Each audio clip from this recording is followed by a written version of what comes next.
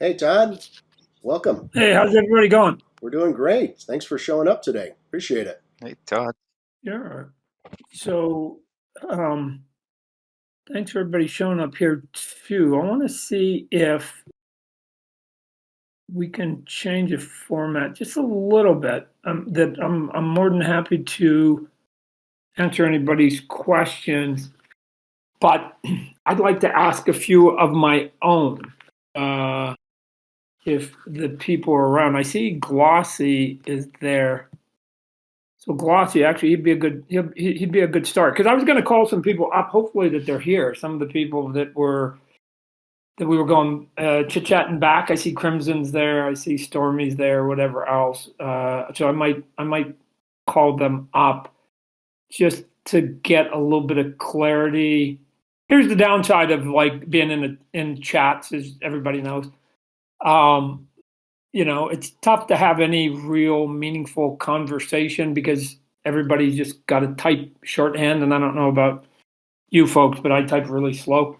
So I limit what I say at times to go, oh man, it takes forever to say what I really want to say. So, and I'm sure the same is there too. So, uh, and I know Glossy had a couple, so I'm just looking at it. But Glossy, here's what you said yesterday. You said the XP system is a perfect opportunity for the company to align its objectives with the users and work together. Healthy secondary market. The company focuses on generating revenue from the secondary market sales as opposed to primary. This might be beneficial for both parties. In my opinion, if secondary market is choked out due to the company decisions, then users will not have fun regardless of everything else being done. I wholeheartedly believe a synergetic relationship between the company and the users can be achieved via XP system, and an effort should be made towards this, and all of it can be done while achieving the touch points that you have mentioned. So, uh, I agree. I agree, especially the third one where there's a balancing act, and you're right. If it's not fun and enjoyable for people, then why would they come, right? Like, why does anybody go do anything if they're not getting some value or joy out of it? But so I don't know if you have specific questions and stuff there, but I'd be curious for you to elaborate potentially on what you think. And again, I assume everybody's got their own opinion. So, as I said before, you can't keep everybody happy, but I'm just curious to sort of delve into people's brains a little bit. So you've got the floor, Glossy, and then I'll answer whatever you've got, and if I've got something for you, you can give it to me too. So, Thank you, Todd, for giving me an opportunity to speak. Todd, I prepared some points and I wanted to share my observations and experiences. all right, I don't know what the format is, but if I can just go with the flow, there's a lot of points, a lot of stuff for me to unpack. I'll start with the XP system, but I want to say that I've been part of MTD since day one and other Web3 digital collectible platforms, early adopter on all of them. yep, MTD is my favorite platform by far. Uh, I've had a lot of discourse with users on MTD Discord, and I want to start by talking about the XP system and why I think it's important. Um, because I've spoken to users, and for them it's just XP, and they don't really care about it too much. They're in it to collect what they love, and they've said they don't really care about the leaderboard. It's just a number to them, and I understand that collectors collect for different reasons. But for me, the XP system is an integral part of any Web3 digital collectible platform. Because yep, it's quantifiable proof, right, of loyal users. You can identify them and you can reward them accordingly. Gamification adds another element to it, right? Makes it correct, fun. You can reward them and all that. Um, correct, but but what I've noticed in the Web3 space in particular is that the XP systems can actually make or break the secondary marketplace, right? And this is what a lot of users don't understand. So if the company cannot afford to neglect it, currently, I actually think that the current XP system that we have is choking out the secondary marketplace. Um, How um, so? How so? yeah, so uh, when it comes to the decisions or the control that the company has, right? There's three factors. There's the price, there's the supply, and the XP system. Right now, in the current XP system, I'm discouraged to go out and buy in the secondary marketplace.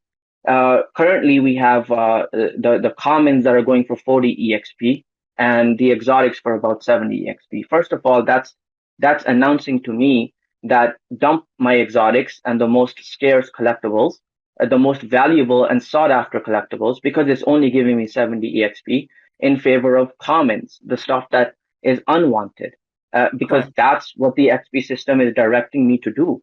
But not just that, which to me is counterintuitive and it needs to change. The other thing is that the because it's a fixed EXP per collectible. When there's a common for, let's say, 50 Matic in the marketplace, and there's a common for 30 Matic, which one am I going to go for based on the XP system? I'm always going to go for just the cheapest common, right? And I'm going to neglect every other collectible out there. And this goes for all rarities. Purely from an incentive perspective, I'm discouraged to buy most of the collectibles in the marketplace right now because I'm just going to go pick up the cheaper one because Yeah. the XP is fixed, which is But why I think, Glossy, I'm gonna stop you for a minute though. But yeah, isn't that how you would buy anyways? If no, I offered you a chocolate bar for $1 and a chocolate bar for 50 cents, it was the same chocolate bar, regardless of whether you get any bonus. Wouldn't you buy the cheaper chocolate bar anyways? Isn't that just being a good consumer, getting the most value for the least amount of money? yes, but in a collectible platform, I'm discouraged to buy the scarce and the most valuable collectibles Yeah, currently, no, I right? understand. Right, yeah, yeah, I understand Yeah, that. But I but thought but you what were, I but yeah. what I mean is that I'm discouraged to buy most of the other collectibles. But can there be an alternative where I'm actually encouraged to buy the other ones as well? And if there is an alternative, we should explore that. And it just so happens that there is, right? If we have, Glossy, let me ask you a question then. All right. yeah, This is going to be the glossy Q&A. And okay, okay, again, again, we don't want to get too deep into it because I got other people that I'm sure want to come up yeah. here and voice their opinion. Um, th- um, did we do anything during sort of day one to today that you thought was striking that balance in the past? Yes, yes, 100%. And I think it Okay. was the previous EXP system, and it just needed a minor fix, right? The Okay. previous EXP system had the EXP was plugged directly into the secondary marketplace, right? So the experience I would get for a collectible was based on the floor price of the collectible, and I was encouraged to buy more collectibles to increase the price of the collectible because I know if the price is higher, I get more experience. And then the rarities had multipliers. Legendary was giving me 3 times the floor price. I wanted to buy the legendaries. I wanted to buy the epics. I wanted to buy the commons, and I wanted to increase the quantity.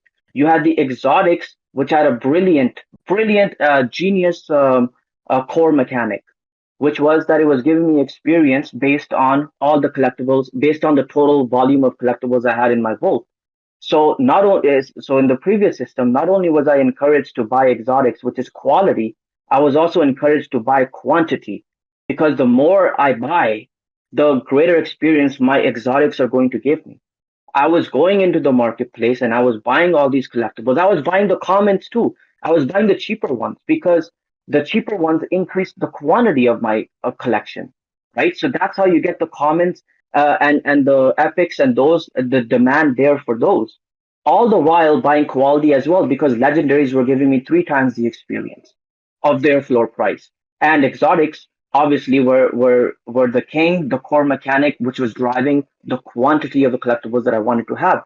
It was a perfect system, except there was one flaw, and in my opinion, this was the only thing that we needed to change.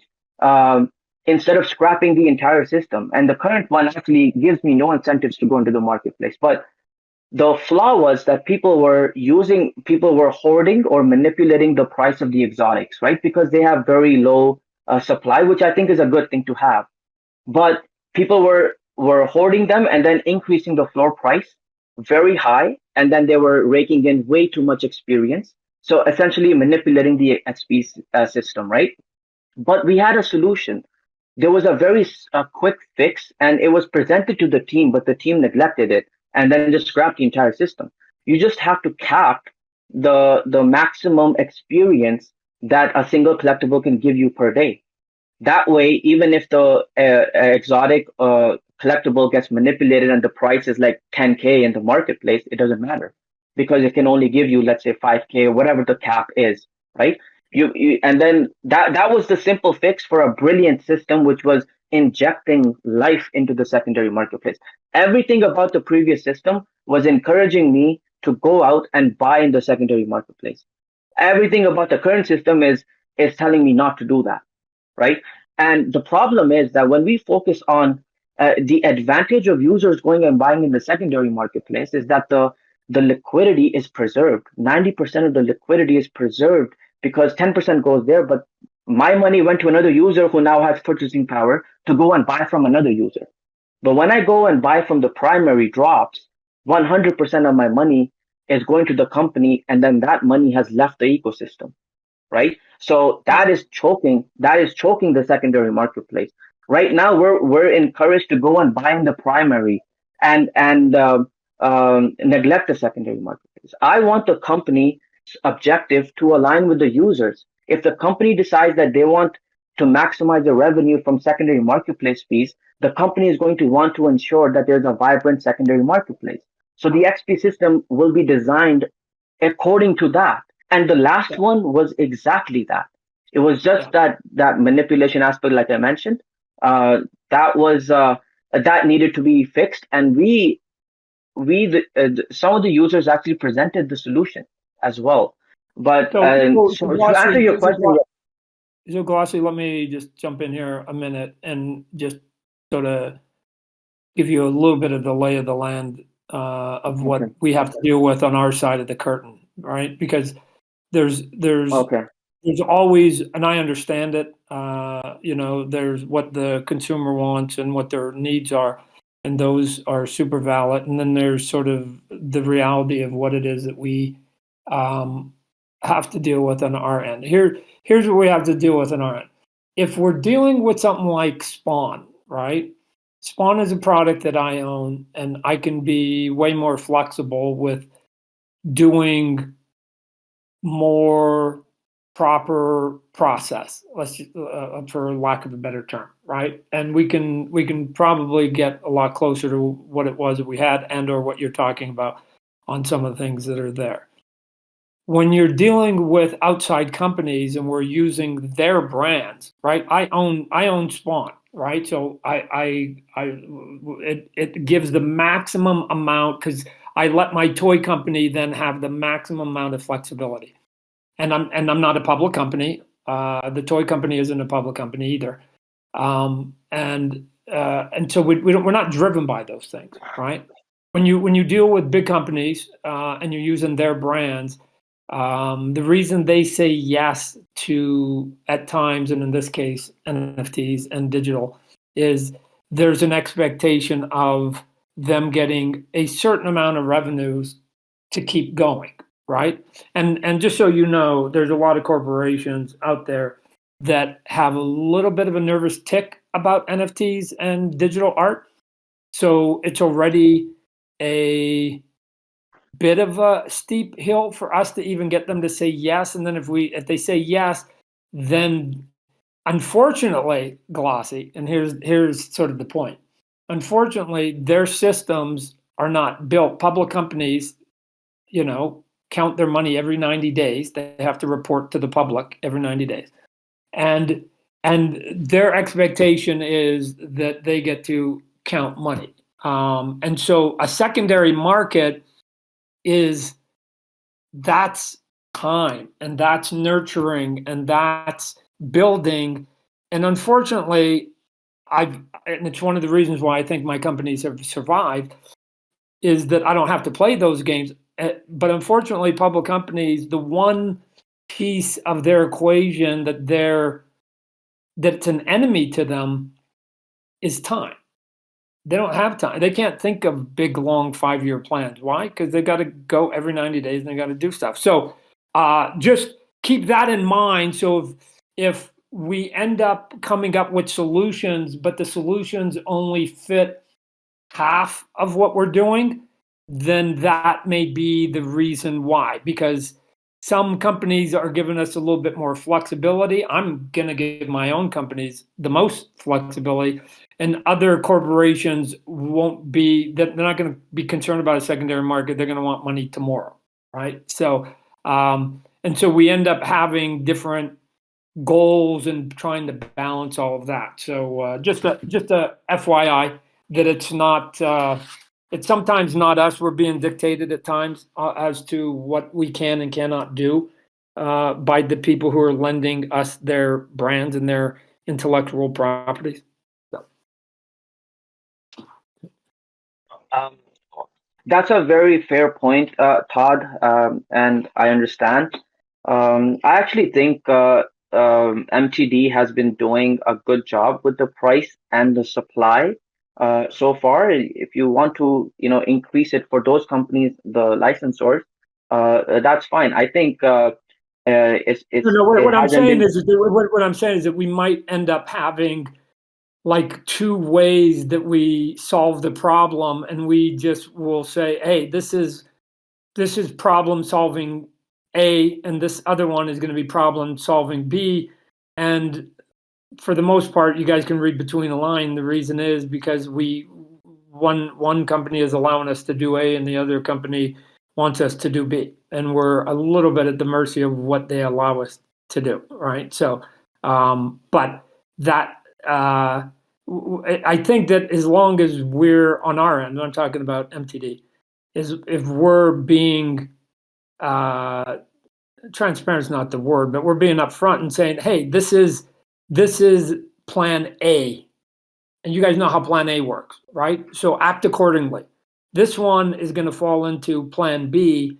Again, that's different than plan A. Act accordingly. Good, bad, or indifferent, right? Some may like plan A better, some may like plan B, and some may say, hey, I like them both, whatever. I can accept both. But we'll just do a better part on our end if we're sending mixed messages that we're being clear about why they're being mixed. So Okay, I still think that the price and the supply, that can change based on the licensors and all that. You can prioritize giving them a profit. I understand they're not in for the long term. They want to maximize short-term revenue. They have to report. But we can have both. We can have an XP system where it's I encouraging agree. secondary market fees, and I currently we agree. don't have that. Currently we don't have that, and that's just bonus money for them. That's coming through the fees, right? I'm Yeah. sure they have like their fees. A part of the 10% fees goes to them too. So Yeah. No, we no, no. should still. Our job is to long term is to show them that at times they're thinking a little myopic and getting a little bit tunnel vision on what they think and NFTs and digital art and the whole crypto world is, because they're reading the same 10 articles as everybody else. And Yeah. show them that there are alternative ways of doing it, and the only way to be convincing is that we just have to show success behind it, right? And that's Yeah. sort of the equation. So yes, but I agree. I think there has to be a way for the XP to work in both directions and still basically be able to do some of the things that you have there. Do you have a specific question for me, and then maybe I can bring somebody else up there too? And I might, and depending on how the talk goes, I may even drag you back and tell you to come on back if I've got a follow up question or something like that. But I know like Comic Guy was making some good comments yesterday. I'd like to sort of pick his brain a little bit. I know that crypto Euro or whatever and Rip Exotic was doing some good stuff. Again, Yeah, Crimson was doing a good job yesterday too. So I'd yeah, like to. definitely, Todd. Go for them. I'll be here if you need me to come back up. I don't really have a particular question, but I'm here for the conversation. I All right, understand they're waiting, so I'll be here.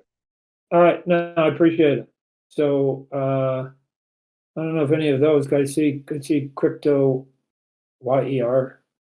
Yeah, see he's in there. I don't know if you want to come up, Stormy. If you want to come up. I know I saw some stuff there. Crimson, I see Crimson's in the crowd, and if you want to come on up, a I couple of the other invited people. Stormy up, but I don't know if he left. Hmm. If you want to put your Or hand anybody up, else who's got Stormy. a question in between this. So again, I'm going to be. I mean, if anybody just wants to ask a normal question too, but I'd like to sort of have it. So TA Pinewoods, he's always got a question. Wherever I go, he's got a question. So TA, what you got for me? So in the meantime, see if you can get a couple of those other folks up on the stage. So. Hmm. All right, TA, you're up. Stormy's up there. I see There you Stormy. go. There's Stormy. Yeah, look at that. He's got a nice mug. Look at his face. Look at that. Look, nothing like I thought. No, that's my 6-month-old bauble. Oh. Looks like Good a cute evening, dog. everyone. Well, it's evening here in Liverpool. Afternoon to all you guys. And it's a pleasure and an honour to be able to speak to you, Todd. No, I Well, appreciate it. Oh, sorry to interrupt. Glossy kelp covered most of my main topic. But the question I'd like to ask is, why was Deathstroke exotic reduced to legendary, please, Todd? A lot of people unhappy with this. Yeah, you can count me as one of them. So here's the thing. That you try to be as gracious as possible as a boss. That you know that at all times, unless you're gonna do everything yourself, and even if you do it, it still doesn't even solve the problem. I live in a world with humans, and the one thing that's true about humans is that we make mistakes from time to time, right? And Yeah, of course. sometimes when we make mistakes, depending on when you make them, depends on how big how big the mistakes are. So the dev team is always trying to do the best they can. Let me say that. Just like my salespeople, my sculptors, the people who run this, everybody's always trying to do the best they can. And I try to be I'm not a religious person, but I try to be as Christian as I can, and giving them the benefit of the doubt. In that when something, I don't know if you've ever done coding, but it's massive, right? And if No, I haven't. and when you see the massive amount of information that's in front of them, if you just hit one key stroke wrong, it can change the language of a sentence. Right. And so by time you find out that a keystroke then you end up in some of those situations. It's just, yes, it was our bad. So is it possible it could be returned back to an exotic? We're looking into that right now. We will see if I'm that. actually obsessed with my exotics. I love them. Yeah, no, we're gonna see if that's doable, because again, sometimes you can sort of undo mistakes, and sometimes you have to pave over them, and then other times it's just they're walls and you can't get around them, right? So, but It's great that you're all recognizing the mistakes and you're pouncing on them and solving them, and we really appreciate that, Todd. Stormy, even if we don't recognize them, you guys do, and you're quite Yes, we vocal. do. So that's okay, right? It's okay Yeah. to voice your opinion. The only thing that I've ever said is, as long as everybody's doing it in a fairly adult manner, right? Of course. Yeah. Most of us do. Yeah, people, again, people can have complaints and people can say good and bad, but there's just a piece of me that just, maybe I'm just getting old, Stormy. I don't know about you. I'm just getting old. I'm And as I older get, than you. I'm older than you, Todd. okay, so as we get older, it's just, you got to sort of pick your fights. And I think there's sort of a way more adult way to get your point across, right? So absolutely, and I don't think you add anything more or less by being snarky, because the point is that something went wrong. That's enough information, right? Yeah, of course. And so again, I'm not big on sort of picking on people, whatever. Just sort of say, hey, Yeah. the Well, I short. really appreciate your time and your answers, Todd, and I'll get off and let other people have a chance to speak to you. Thank you so much for your time, Todd. Okay, And I love what you do. Well, okay, so hopefully, hopefully I'll say by sometime this week, we should be able to come out and see if what you're asking, what you're turning the legendary back is doable. And then if we can do it, then when is that going to happen, how that's going to happen or whatever. But we just need to get I just need to get that answer on Monday here. They said they're going to come, which is, can that happen? And if it can happen, then we will tell you, and then we'll say further details still to come. So. Oh, that's brilliant, Todd. Thank you so much, and good night to everyone from Liverpool, UK. All right, you be good, Stormy. You go Thanks, get some Stormy. sleep. Thank you. Thanks, Stormy. Hello, I am back. Excuse me, everybody. I just had a problem with my speakers. All right, TA. Where's Crimson? All right. Crimson? Come on, Crimson, get on up here. I need to talk to Crimson. Don't be shy. Come on, Crimson. Crimson, get up in here.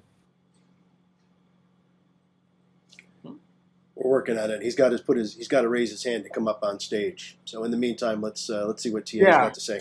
So none of you Okay. that've been up on stage, if you go down to the bottom of your screen, there's like a little hand.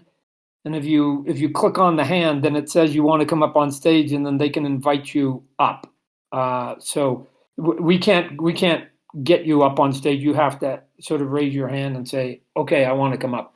So if you hit the hand button, then we see that you're in the crowd and you want to come up on stage. So I see Torque just put his hand up. So again, it's sort of that simple, and then we can bring you up on stage. Okay, I was actually wanted to ask you, Todd. Come on, Sparks, we need to get you up on stage too. So O Sparks or whatever, a cactus O Sparks. I don't even know what I'm reading there, but so put your hand up, Captain O Sparks.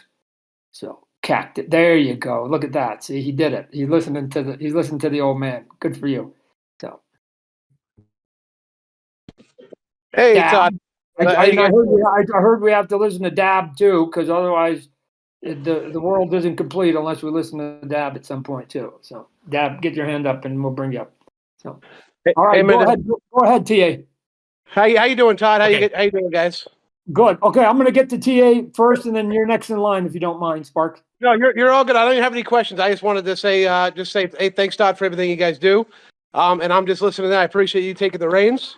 And let's go MTD. Appreciate you guys. Okay, appreciate it. Okay, TA. All right. Will you be making a Batman Val Kilmer figurine with the rubber nipples? Probably yes. Yeah. So we have access to, and I know when the costumes came out and the movie came out, the internet was controversial, but really funny. Yeah, it was just in its infancy and the whole sort of nipplegate, if you will, of the costumes. But the answer is yes. If that's what the costumes look like, our job is to replicate them as accurate as possible. So we hope to get to all the Batmans that are out there. And I'm trying to think whether. So we haven't done the Val Kilmer one. I mean, I lose track at some point. But I know that we were trying to complete everybody at one point or another. Yep. Okay, but actually, do you have in mind to do a figurine for cancel the Superman Nicolas Cage movie that was going to be directed by Tim Burton? Any ideas actually on making that figurine? No, we can ask though. Just so you know, whenever you do anything, for the most part, that includes the likeness of a real person, especially sort of a celebrity actor, then things get a little bit more complicated because the getting the sign off to do it or not is usually predicated upon the contract that they signed years prior. And unfortunately, at times, what happens is, especially if the contracts are a little bit older for older movies, that the language isn't really in the contracts. The language, the legal language, isn't very specific one way or the other. And usually, when that happens, most lawyers I've found for corporations will get conservative and basically sort of say, if it doesn't read legally like we've got 100% that we can do it, then if there's even 2% of doubt, their answer is no. We can't do it. We won't do it. We won't do it. Oh, And then even if the answer is yes, we do have the rights. A lot of times it's you have the rights, but the actors themselves have to get approval.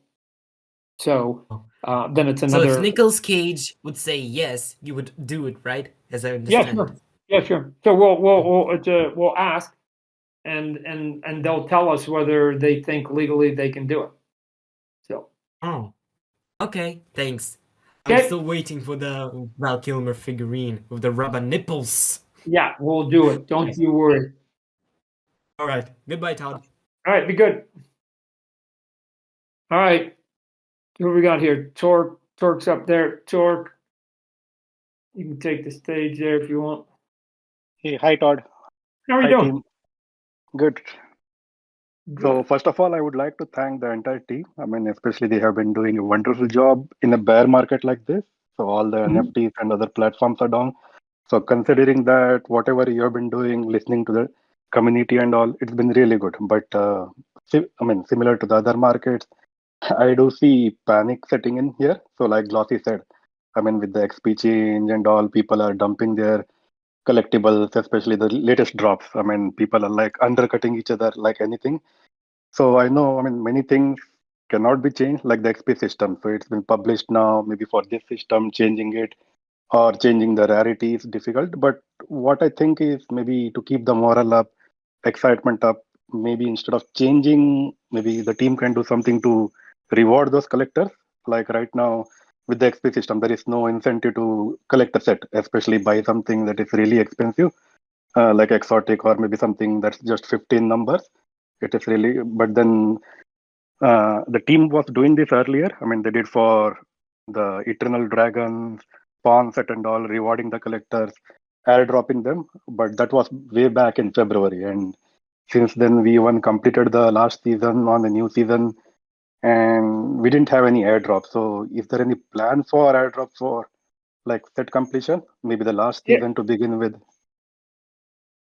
Yeah. So yes. And again, to be clear, it was way easier, as I'd mentioned earlier, to Glossy. It's way easier to do some of that stuff when it's like the dragons, or if it's the McFarlane monsters, or if it's Spawn, or what, because that's all quote unquote kind of internal, right? We have control over all of that, right? So we can do whatever crazy we want and to tell you the truth, which I think gives us the flexibility to not worry about what is working or not working in the marketplace outside of what we're doing, because other companies have different goals in the NFT space that are not necessarily consistent or even close to what it is that we want to do.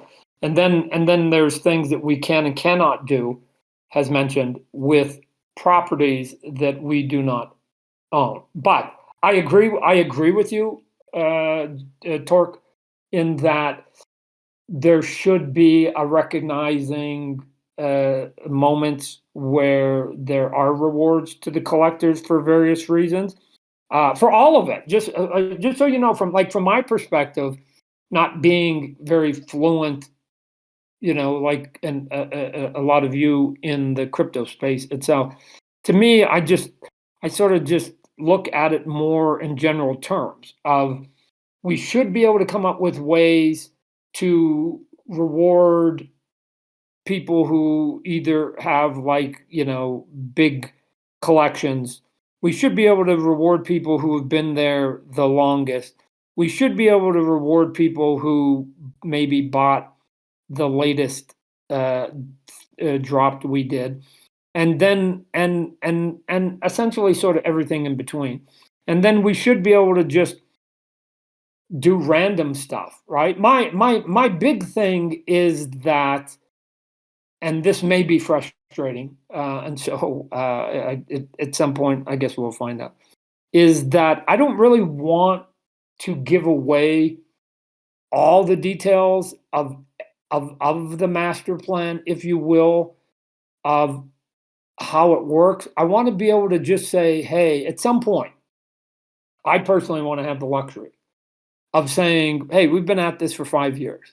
We've done 50 drops in 5 years, whatever. Let's just use my number.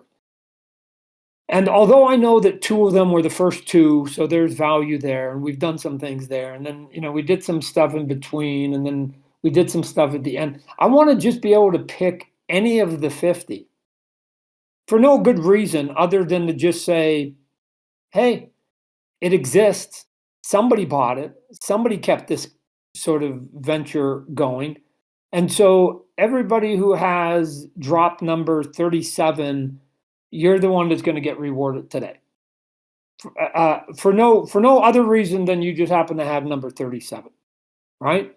And do everything from specifically rewarding people because of the XP and their loyalty and their collections and their exotics, and they got complete set. All of those include, we'll do all that.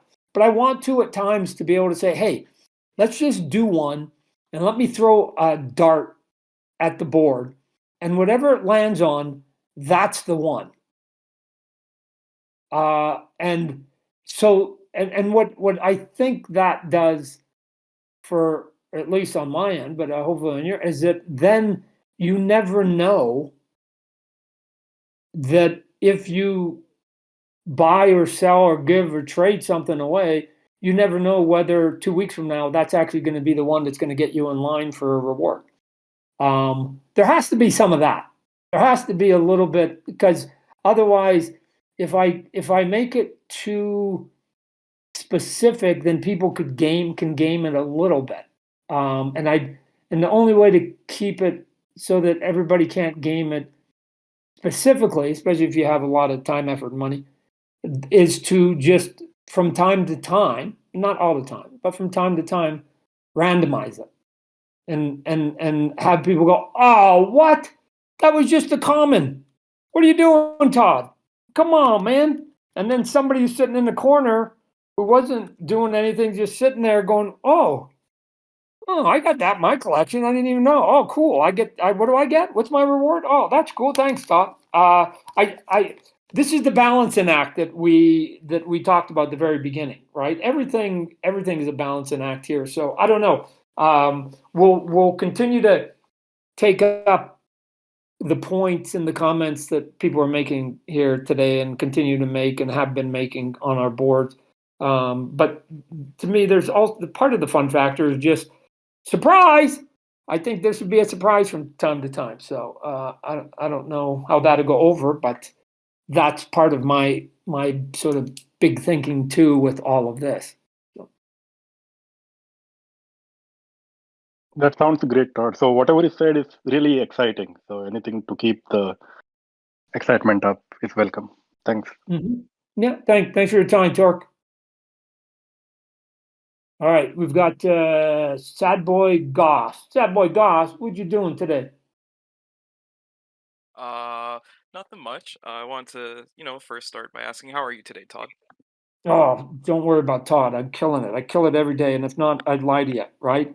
There's I have certain philosophies in life, and sadly, two of my biggest ones came from TV commercials. Doesn't seem like a sophisticated way to run your life, but in the two commercials that had sort of the most impact on my life, the one that is sort of my North Star is the one I've mentioned before, which is the big cool dude with the flat hat, big brown dude would look at me about 6 times a day when I was a young kid watching TV, which I watched way too much, and he would say, "Only you can prevent forest fires." And so that one was, at the age of 8, I understood, at least I thought, I understood that Smokey was saying, "Todd, it's your fucking life. Deal with it, get over it, and just man up," right? Like stop passing the buck. This is on you. Okay, thanks, Smokey. And then the other one, which is to your point, was it was an underarm deodorant commercial, and it said, "Never let them see your sweat," which basically was like, if somebody's having a good day, you're always being better, right? So even if I'm having a bad day, sad boy, even if I'm having a bad day, I would never admit it to you. You know why? Because I'm too competitive. So I'm just gonna say great every time. So if you're having a good day, I'm having a great day. If you're having a great day, I'm having a greater day. Why? Because I'm just competitive and a bit of a pistol that way. So, and even if it's not true, I'm still going to say it. Why? Because never get into the boxing rink and look at your opponent and give them any idea that you don't think that you can do anything other than knock them out. So I always think I'm going to knock out my opponent, even though I've had my teeth bashed in many times. You have to be delusional enough, confident, fine line between confidence and delusional. So let me say that everything's going your way. So that's just a long-winded way of saying, shit, I'm having a great day, and you'll never know whether that was the truth or not. So Well, thank you. Those are honestly great examples to live by. I'm gonna take those into consideration. that's it. Really quickly, I don't want to take up too much of your time. I Do have it. two really quick questions. Do it. Um, the first one is about the vehicles like Batmobiles and Batwings. I own, both Batmobiles and the Batwing, and I think they're absolutely fantastic. I just wanted to ask if you have any future plans of making Batmobiles from different pieces of Batman media, like the Arkham games or the comics like Batman Beyond or Hush or Mhm. anything like that. Yeah. So the answer is yes. We have our list of sort of non-figure items, we call it, right? And sometimes those can be, vehicles, planes, motorcycles. It can even be things like play sets and stuff like that. Uh, the the reality of those pieces are in the retail box stores, right? You're here in America, your Kmart's and Toys R Us and what used to be those were the two big boys, but now it's like Target and Walmart. Um, they don't really have the space, and they're not overly excited about those big pieces, so they're very hard. You'll see now that most of those are usually kind of exclusive and or online items for the most part because somebody's not putting them on a shelf. And the way that retail stores, a lot of them do their business is it's dollars per square inch, right? And so they do this calculation of, okay, I've got this toy and it's a Batman toy and it's $25. I can get $25. If I sell 3 Batman toys, I can get $75. This is the retailer. Or I can sell that big box with the car in it and or an airplane in it and I get $75. But the box takes up the equivalent of 6 Batmans. And 6 Batmans would normally be $150. And I'm taking the space up for $150 and putting a box with a vehicle and I'm only getting 75. And so their dollars per square inch goes down.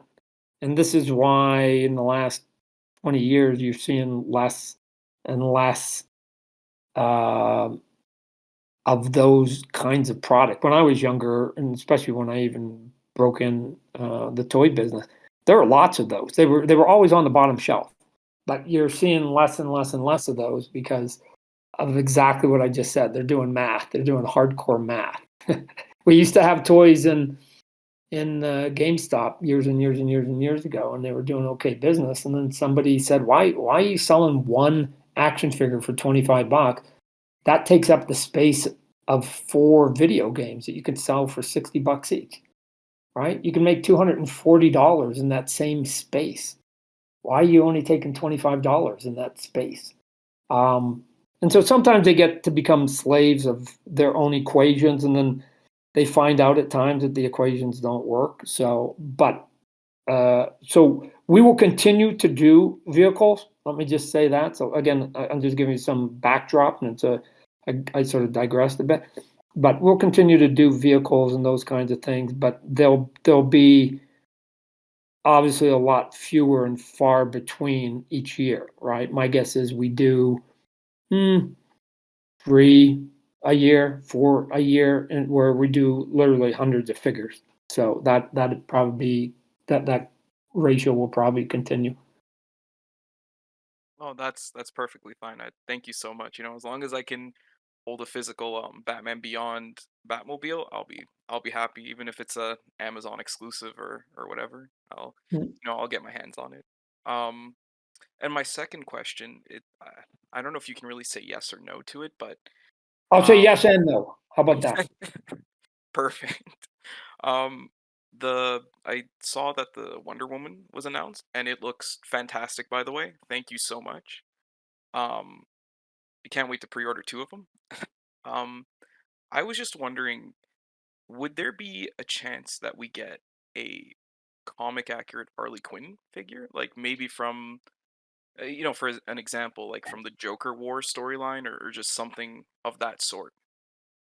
Um, yes, yeah, it's interesting what you just said. So now you have to define comic accurate, right? So comic accurate is if you could go in one definition, well, what is the accuracy of it? The accuracy would be to, I'm assuming your definition, which would be to take one specific look and make it accurate to that one specific version of it, right? Given that, as you can imagine, Sad Boy, most of these characters, especially those that have been around for decades, they've had hundreds of different characters interpret them, so there is no definitive look. What you can do, and we've done it before with statues and some of the toys, is say, hey, we're going to do that cover, that panel, that image right there, and try to replicate that image as much as possible. So we're trying to be specific to that artist for that one image. Yeah, probably. The answer is yes. I mean, she's very popular, and I know that whenever we do characters like her, we always get into debate. Well, which look are we doing? Because there's literally 100 looks of her, because everybody tweaks her just a little bit each time, and there is no definitive Harlequin look, right? I mean, there is none. It's I'd argue there's no definitive Batman look either, right? Because even if we could agree upon the colors, which would be the first hurdle we'd have to get past, but even if we could, then we have to argue, well, how big is the chest symbol? How long are the ears? How big is the cape? What does the belt look like? I mean, you start getting into the nuance of all of it. So, but we'll I don't know. If you got suggestions, we're always open to suggestions. So I'd pass those along so that when we're deciding which image we're going to use as our reference point, then if we've got people being vocal that they want a certain one, then we can go there. Or we could just put out a voter poll and say, hey, here's 3 images. Which of these 3 do you guys want us to do first? That might also be a way of getting there. Hey, Todd. Let me jump in. Let me jump in here real quick. We got a couple of people who have some questions in the chat that weren't able to come on stage. So let me go and ask those. The first one is they wanted to know how you felt about the. Okay, but hold it. So is that Sad Boy? So Sad Boy, thanks for your time. Appreciate your questions there. Thank you so much. Have a great day. All right, be good. All right, sorry about No, that. no worries. My apologies for not thanking him. Yeah. So the first question is, did you hear about the first ever SpawnCon coming this weekend in Denver, and what are your thoughts on it? Yeah, yes. So it's a group of fans that are Spawn fans that are doing a SpawnCon. So it's like, okay. I mean, I don't. My name's Todd. Only rhyme with God. I don't get to control the world, right? So they're doing it. I'm not endorsing or not endorsing it. They're just doing it. The only conversation I had with them was that they were doing some bootleg imagery, right? And I know a couple of them that are putting it on, right? But I just want guys, look at, you can do whatever you want, right? You can do whatever you want. You're allowed to do whatever you want. But what you can't do is you can't do bootlegs of my legally owned stuff, right? So let's clean that up, right? Just, you don't want to get in trouble here because I have to, unfortunately or fortunately, depending where you stand, I have to protect my assets and my brands and everything else. I can't just let people take them and not ask, and I can't get people to do bootlegs.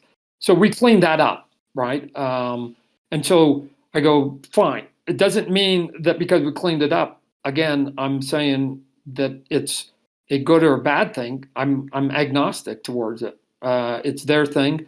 I know a bunch of the Spawn creators are going to it, so I'll get feedback. They'll tell me whether it was worthwhile and whether it was something that makes sense for that group to do in the future. But we'll see. I mean, fandom's a wonderful place. People can figure out ways how to gather together. And in this case, it's a little flattering. But if it goes over great, I don't really have any say in it. And if it doesn't work, and people are not happy, I don't have anything to do with it.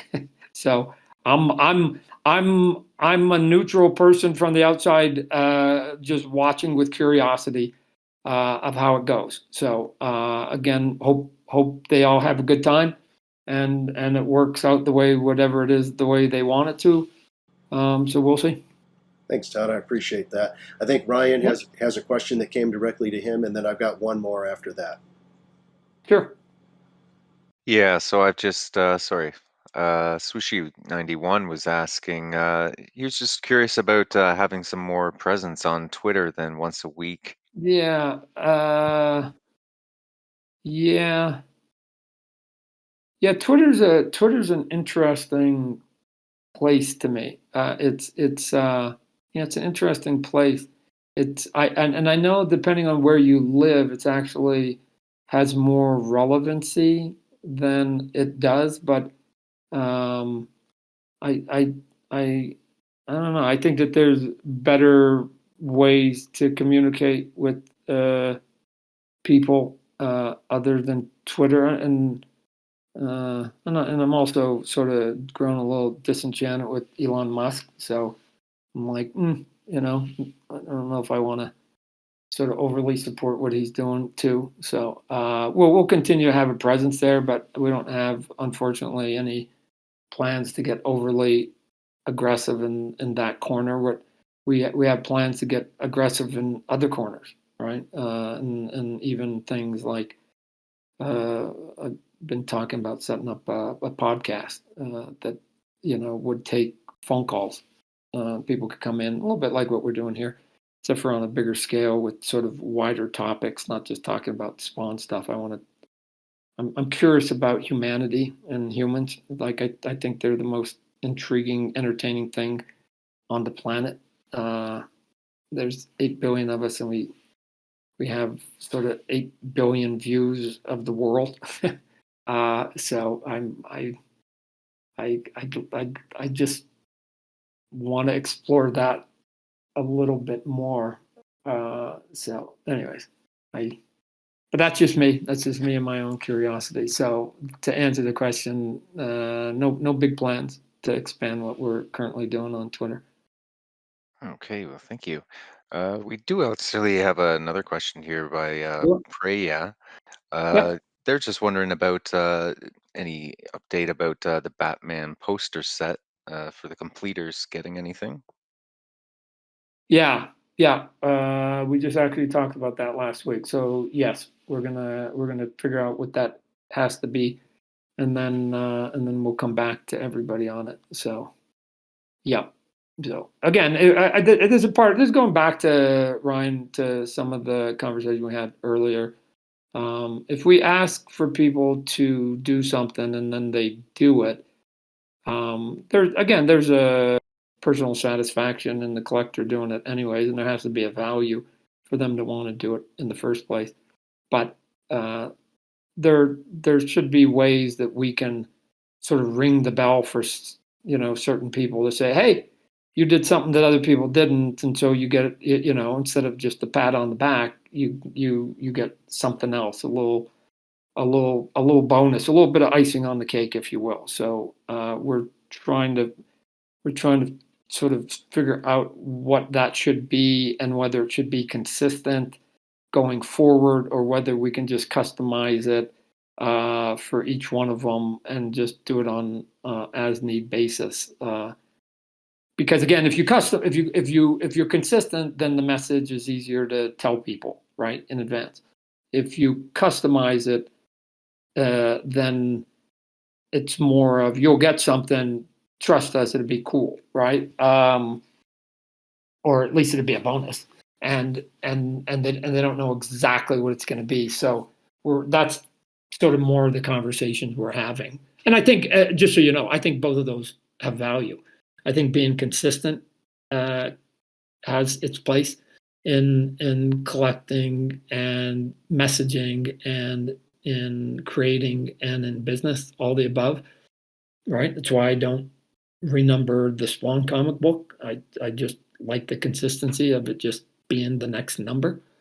And so, but when you come out and you just get a little bit of randomness, like I was talking about before, with rewarding people just for no good reason other than they've got number 37 drop, there's a little bit of fun and surprise and all of that too. So I don't want people to collect and say, oh, I'm going to get the set because I know I'm going to get, this specific thing every time. They collect, and sometimes you're going to go, oh man, like a blind box. Oh man, I open up the box and there's $5 in it, and the other time you open it up and there's $105. Right? You go, shoot, cool. So there's a fun factor in that. So we're just talking about what's the best way to implement any of it. Okay, perfect. Thanks for answering that, Todd. I've got another question here. Sorry, I'm just lining that up. I just lost it. It was by 50 Todd Family Wonton, and he was just asking if we will have a roadmap. They're just curious about a roadmap. And also, sorry, wondering about a mobile app. They're wondering. Sorry. So mobile app. Wow, that's a thing. So I am not overly proficient with everything, and I know that some people like the roadmaps. It's all here. Let's just talk about a bigger conversation, right? And this is sort of always and I've had it with my son. So I get into these debates with my son, and I love my son dearly, right? Because it is just so you guys get into my head a little bit. Like I usually ask, like, Todd, you should do this, and you should do this, and you should do this, and my answer is like, why? And then the answer I get, and there's a validity to it to a certain extent, is at times is like, well, so and so is doing it, and so and so is doing it, and so and so is doing it. there is a big piece of my personality and DNA. I don't give a fuck what anybody else is doing. That's their life. That's their company. They can do whatever they want. I don't give a shit. Here's what we're going to do. Here's how we're doing it, as long as we're clear. And here's what we're doing. You can either choose to support that if it's something that you enjoy, or not, or not. And I'm disinterested a lot of times. I got to tell you, I'm disinterested at what other people are doing. I don't give a shit. That's their life. I only control one person's life. That's mine. So here's what we're going to do. And if it's not the same exact way as everybody else does it, then cool. Now, I have to balance that, which is my personality, with, while the reason sometimes people do stuff is because it works, right? And so the thing that I constantly try to do is go, what are the good pieces? What are the pieces that make sense, at least for what our goals are and what we're trying to do creatively, that other people are doing, other companies are doing, other processes are doing, other techs are doing, that makes sense, and then we just add our own touch to it. And that becomes our own unique recipe, because you don't want to completely reinvent the wheel. So, but you don't have to necessarily fall in line with other people doing stuff too, because it's, we're not trying to emulate and accomplish the same goals as other people. So sometimes when people ask for stuff, and I understand the value of a roadmap, and I understand why people want it, but sometimes the reason when I ask, like, why, is just because, well, those other three companies did it. And I don't get much more than that. No, I understand those companies are doing it, but do you know whether those companies that are doing it are getting any value out of it? Is it helping to grow their business? Is it helping to keep their community happier? Is it happening to, like, they don't really have that data, right? So, like, I usually need more than that, right? So I'll give you a bad example. A lot of old people at times sort of poo-poo young people because they're on their phones too much. Those phones, they just got to get off the phones. I don't understand it. I would not, like, they're not interacting, they're not doing anything. And it's just sort of old people being grumpy. And I understand it. They're on their phones a lot. I can give you a reason why, because all the things we used to do are essentially in one spot. We used to go to the movies, it's in their hand. We used to listen to music, it's in their hands. We used to go to the library, it's in their hands. We used to watch sport, it's in their hands. Like they're not doing it out of disgust for us. They're just doing it because all those things that we used to have to be forced to get on our bike or in our car and go to, it's now conveniently in our hand, right? If we had it, we would have basically been doing the same thing. So, but my question is to people who think that it's bad for kids to be on the phone too much, is, to what degree? Are we getting divorced at a higher or a lower level since the cell phone came?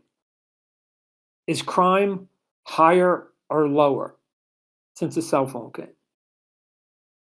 Have we had more or less wars since the cell phone came? And if the answer is not really, all the stats are about the same, then it's not necessarily detrimental like you think, old people. It's just a modern technology, and you're just being old, and you're just acting like an old people, and you just don't like modern technology, right? I get it. It's been happening since the dawn of man. Every generation is always the laziest generation because they found some kind of efficiency. So it's a long-winded way of sort of saying, I get why people want stuff, because they're comfortable with the way that other people are doing it. My job is to continually push and try and do things slightly different, in some cases a lot different than what other people, because it may be the only way that we get to survive. Somebody just said, like, we're in a down market. Okay, why are we in a down market? I'll tell you why. Because I think that certain companies and certain people did things a certain way, and I'll be damned if I'm going to repeat what fucking burnt the house down. I would rather try new things that I know didn't burn the house down and fail than to repeat the same mistakes that basically burnt the house down. So, but that's me. So, anyways, again, a long-winded way of maybe, and if we do it, it'd be for probably different reasons than why other people do it. And I understand the value of things like roadmaps. So, but we're talking about that. Okay, well, thanks for answering that, Todd. And we did bring up BK as well, and the comic guy, if they have anything they want to. Oh, the comic guy. He's supposed to be grading his books, I thought, this weekend. What happened? Shoot, man. So, Took some okay. time off for you. Okay. BK, we'll put BK up and we'll put the comic guy because he's got to get back to work because he can't even get to San Diego because he didn't have time to come down to San Diego. So his time is valuable. So we can't have him standing up here on stage doing nothing. So, BK, you're up. What's up, Todd? How's it going, guys? Good. How Appreciate you y'all doing? having me up. Yep. Excellent. So normally I either like to chime in with a comic question or a little idea. I had one quick just question of input related to comic book lore, things I've noticed. And I had something else that might be a more personal question for you, Todd. Sure. So one small question, just wondering if you could help me explain this from your own perspective. Just noticing in comic book history, we have not had many superheroes with beards. I saw Sometimes this more, question. I saw this question. Why don't the good guys have beards and facial hair? yeah, Yeah. I don't know. I've kind of went on a search and I find a few where it grew. So I was just wondering if you had any input philosophically and with your wisdom that, throughout the years. In all honesty, I don't know that it's intentional. It probably was. We as humans and in business are creatures of habit. And so somebody started a certain look in 1936 with Superman, Clark Kent, good looking dude, clean cut, shaved, Boy Scout looking guy. The next one came along, sort of had the same look. And, that was sort of the classic look that was in the black and white movies at that time, right? Okay. And again, we're talking about Americana superhero comic books. And so by the time you blink, you've got 10, 15 years of a certain look, and then here along comes Marvel Comics, although they pre-existed because they were a company called Timely Comics. But let's just say that Marvel Comics started in '62, and everybody there, including Stan Lee and Jack Kirby and all those guys, they're just looking at the comic books that they grew up on in the 30s, 40s, and 50s, and they're just continuing. And it just keeps sort of going. And I think nobody sort of thinks about it. Although I saw somebody did come up with a comment, which is actually quite true a little bit. Is it like, yeah, the bad guys have the beards, right? and it's kind of true that you're like, oh yeah, because then they look like sinister, or they look like different. They look like pirates or whatever. I don't know, right? But it's. It is a kind of a bit of a truism. I mean, there's a couple that have mustaches, right? Doctor Strange and stuff like that, Doctor Strange. or goatees or something like that. I mean, even from time to time, even I give Al Simmons a goatee and like a thin beard or something like that, but nothing sort of like James Harden, basketball, NBA, bushy. So I don't know. I don't. Honestly, Yeah. my guess is there's no deep meaning one way or the other. My guess is it just was a continuation of a look that got established, and everybody's just doing kind of a knockoff of the knockoff of the knockoff. So we're still there. So it's kind of subliminal, maybe, or just we're going off of what we're used to and what we, yeah.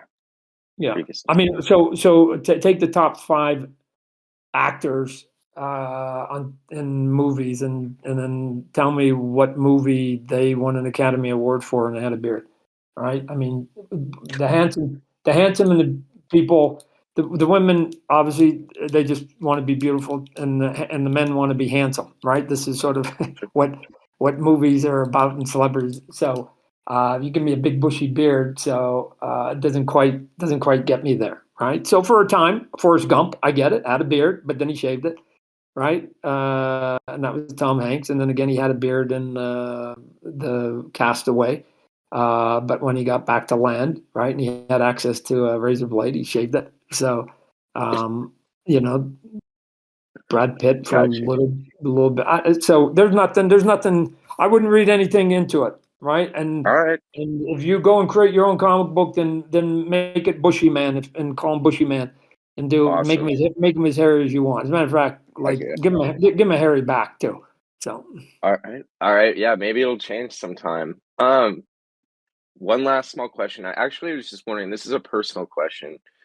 I was just wondering if out of your career and your time from meeting fans, getting fan mail, if there was ever a moment to you, or maybe a few, that stood out where you did something, maybe as a humanitarian, whether it's giving advice, meeting a sick fan, met someone that was in an accident, or I don't know, that maybe it just stood out to you that you just remember as being a part of a good experience that you were able to do aside from making the art.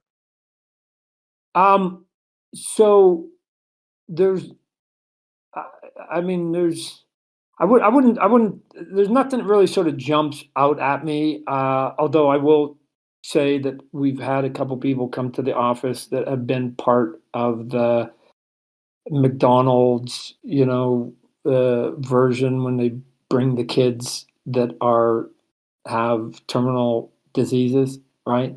And the Mm, Make-A-Wish foundations, those kinds of things. yes.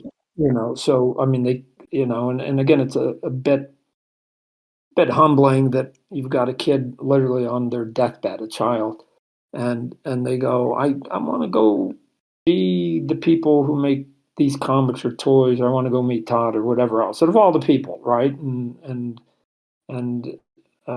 so it's quite humbling, especially when you Mm, get to meet the kid and their parents usually come with them, and you can his father of three children myself to comprehend what these parents are about to go through, and because it's inevitable, um, it's quite heartbreaking. But the child every time has always got a glorious smile on their face, and they just radiate. Right? They're just it's really cool. So we've had mm, that, but just on an ongoing basis, I find that I get probably just as much, if not the most, joy out of doing something that's like long distance, if you will. And so, to give you an example, sure.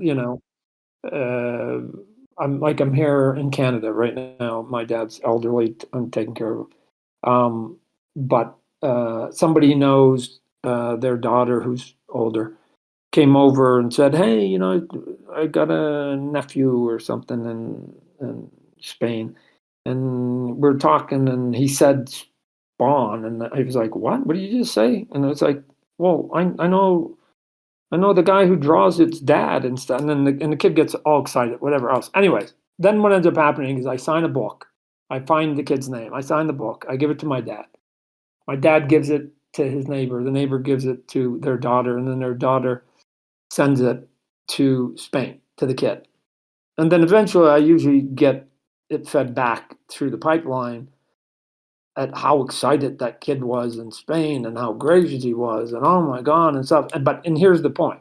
Not for me, but it now makes the lady who sent the comic book to her nephew in Spain the coolest aunt ever, right? Yeah. And that's Okay. sort of I find that I've had plenty of pats on my back, and I've had my ego stroke many times, and I'm sort of over Sure. it. I take it, and I appreciate it, and people are very gracious when I go to shows. Hmm. I like being able to sort of give it to somebody else and say, "Hey, if you Nice. become the cool dad or mom or receptionist or who like I don't care, right? That I'll give you this book. You say that you extracted it. You take all the glory. You do it, and then they're like, "Oh man," and they come back like, "Oh man," and it's really sort of an easy act for me to put a signature on the book. Big deal, right? Very But cool. but Yeah. but it's it gives a quick bond to those two people that maybe like again, like I said, they become the cool aunt, uncle, brother, sister, whatever for because you gave them. I enjoy those moments. I'll just leave it at that. So Sounds great. Yeah. I mean, it's really cool, even just some of the people we have in the great community on the Discord that are in different areas of the country, and they get to talk to you for the first time ever, even though they're fans for years, and that's really cool here. But anyways, thanks for answering my questions. I'm sure I'll be back around next time, and it's good to catch up with you every time. all right, you be good. All right, you too. Thanks, Todd. Good. Comic guy. And then if anybody else wants to come up, raise your hand. We'll bring you up. Yeah, and so I also have a question here from Sparks. Do They're, it. if you don't mind. Do So it. they're wondering if they're saying how it would be nice to have the PFPs upgraded to 3D or even more detail, and also wondering about seeing more licenses from Warner Brothers. We do a lot with Warner Brothers, so I guess my question would be like specifically if there's a brand because we have access to a lot at Warner Brothers right now, and sometimes we have to go and ask specifically and get a specific contract for it. So we've done both with them. We've done like group licensing that allows us like 50. They open up basically a vault in a library, and it said, "Hey, there's 100 things in there. You pick and choose whatever you want." So I don't know if there's something there specifically, but what was the first question? Upgrading the PFP to what? To 3D or adding Oh, yeah. even more detail. Okay. I just made a note of that. All right. We will bring it up in our next meeting. So cool. Okay, great. And I don't think I have any other questions here, but we did bring up the comic guy. I don't think he's had a chance to speak yet. Yeah. What about JPabs? Come on, JPabs. Raise your hand. Come on. Let's come on up. Coming up. Let's have a chat. Being shy. Him and Crypto YER. They're being shy. Yeah, they're Guys, not raising their hands. oh, come on, man. Because they I know that both of them have written some really sort of smart comments over time, and I just would like to get them to expand on some of it. But oh, Crypto's up. Well, Okay, cool. we He's got going to be Crypto second. He's now. going to be all right. So he's going to come up after. We're going to go to Combo Guy first. So thanks, Crypto. Combo Guy, you're up, dude. Hey, how you doing today, Todd? Shoot, I'm not working as hard as you, I guess. Yeah, I'm buried in these books right now. Most of my questions were answered already. I love this team, love this group, love this project. I did have a question from our Facebook group Okay. about the scale of Deathstroke and why. I'm going to assume it had to do with licensing or an error in programming, but they want to know why. So I missed the beginning of your question. The what then? Why the scaling of Deathstroke is different than pretty much all the other collectibles. Yeah. It was a smaller size. Yeah. A little bit of a combo of some of the discussions with Warner Brothers and just internal. We were trying something new, right? And part of the internal conversations were a little bit of, and it might not have been fair or whatever. We had some that were like $50 and they were a certain size, and so we go, hey, well, let's go a little bit cheaper, and the reaction was a little bit from some of the corners where if we give them the same thing at half price, will the people who paid full price be bummed and go, well, man, if I would have known that, I would have waited till it went down to $20.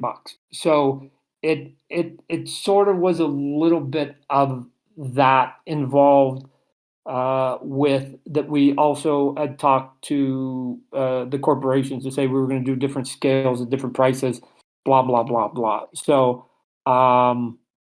we're listening to see whether that makes any sense, or probably what we'll do is try and do one that's bigger at the same price and see if anybody belly aches a little bit going, what? I got a $50 one at 7 inches, or I got one that's, the Deathstroke that's small at 20, and now I can get a big one at 20. If I would have not, so unfortunately, Kamagai, when you're in a business that the rules have yet to be written, and I think that's true in digital art and NFTs and crypto and all of it. It's still what I call the Wild Wild West. And you experiment. Sometimes the experiments do better than you think. Sometimes they do a little bit less than you think. Rarely does anything do exactly like you think. You're either overly surprised or you're a little bit disappointed. And then what you try and do, just like your own business, I'm sure, is try and then analyze why you think something over or underperformed, or why people are ecstatic or a little bit disappointed, and you make educated guesses. Essentially, that's all business is. You know this, right? You look at data, you make educated guesses, you cross your finger, you hope you get 80% right and 20% wrong. That's a pretty good ratio, and you'll be in business for a pretty long time. And so this was our first crack at doing that experiment. We'll listen to what is out there, and then we'll either sort of go, no, there's a master plan why we're doing this, and here's why, or we'll course correct. So, but yes, we're aware that, and it was intentional. It wasn't a development that was intentional. That scale was intentional. Now, what maybe should have been done better, possibly, was to let that piece of information be known in advance more clearly. That might have solved some of it. Yeah, I think drop announcements could be written out. They'd be easier to edit if there's any changes need to be made than the videos. The videos are awesome, and I totally understand why it's done. Because I'm sure you can generate revenue from, everybody watching them. But it's easier to absorb the information when it's written out and has to be read, at least for me. Yep. No, I agree. I think the more informed your customer is, the better they can make informed decisions to support or not support, right? Yeah. I mean, look at in its simplest form. You say, "Hey, Taylor Swift is coming into town. She's going to be performing at 9:00 on Wednesday, and tickets are $500." All that information, now you can do something with it. One, do I like Taylor Swift music? Yes or no? If the answer is yes, then you go, oh, I better check my calendar. Do I have anything else that is more pressing on Wednesday? And 9:00, man, I'm an old man. I go to bed at 8:00. Do I want to stay up? And even if I can get past all those, do I want to spend $500? So at least you're giving the information so that those people that are there on that concert day checked all the boxes and said, yeah, I got it. So we're here. We're willing participants along the way. And it wasn't, you didn't hold back one of the crucial pieces of information and surprise them at the concert, right? So, Yeah. And so I understand it. So you have my promise, we'll do a much better job of sort of listing, even if it's bullet form, listing like what this is in comparison to what we've done in the past. Yeah. One more question. My son always has a question. in the future, do you think we're gonna get articulated NFTs? He loves playing in the showroom and he sees the joints on the figures and he gets mad because he's all like, "Why can't I move the arm, Papa?" It's a great question, and the answer is that eventually we should, because Awesome. if we're saying that for people who can't collect for either cost reasons, or they just like digital, and or they have a space constraint, that can we get it so that it's as close to the real thing as possible, right? And probably because your son, I'm going to guess, plays some video games, so he's used to digital things moving around too, right? Yeah, he's so very upset that Spawn is not in Fortnite. What? Well, tell him to go to, yeah, man. Yeah, tell him to go to Call of Duty this week. So Fortnite might be another one. So, but yeah, we'll see. Well, again, it's a complication because you've got to then be able to turn and move it and all those other things, right? And Yeah. and here's again going back to the balancing act of everything in business. Everything is usually doable, and there's hardly anything that I could probably ask my dev team to do that they couldn't do. What they will come back is that there's usually two things that, and this applies to almost everything in business: time and money.